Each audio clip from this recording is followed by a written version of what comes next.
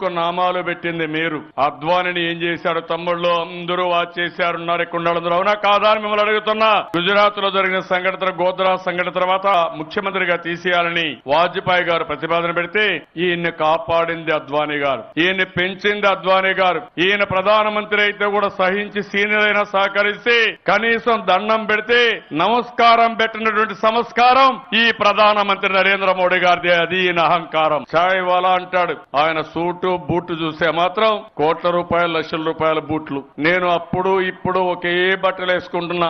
ఒక వ్యక్తి కాదు, భారతదేశాన్ని విశ్వ గురువుగా మారుస్తున్న ఒక శక్తి. అవునా కాదా?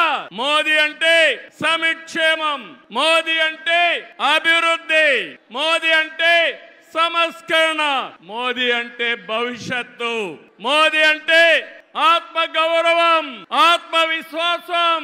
ప్రపంచం మెచ్చిన మేటైన నాయకుడు మన నరేంద్ర మోదీ గారు.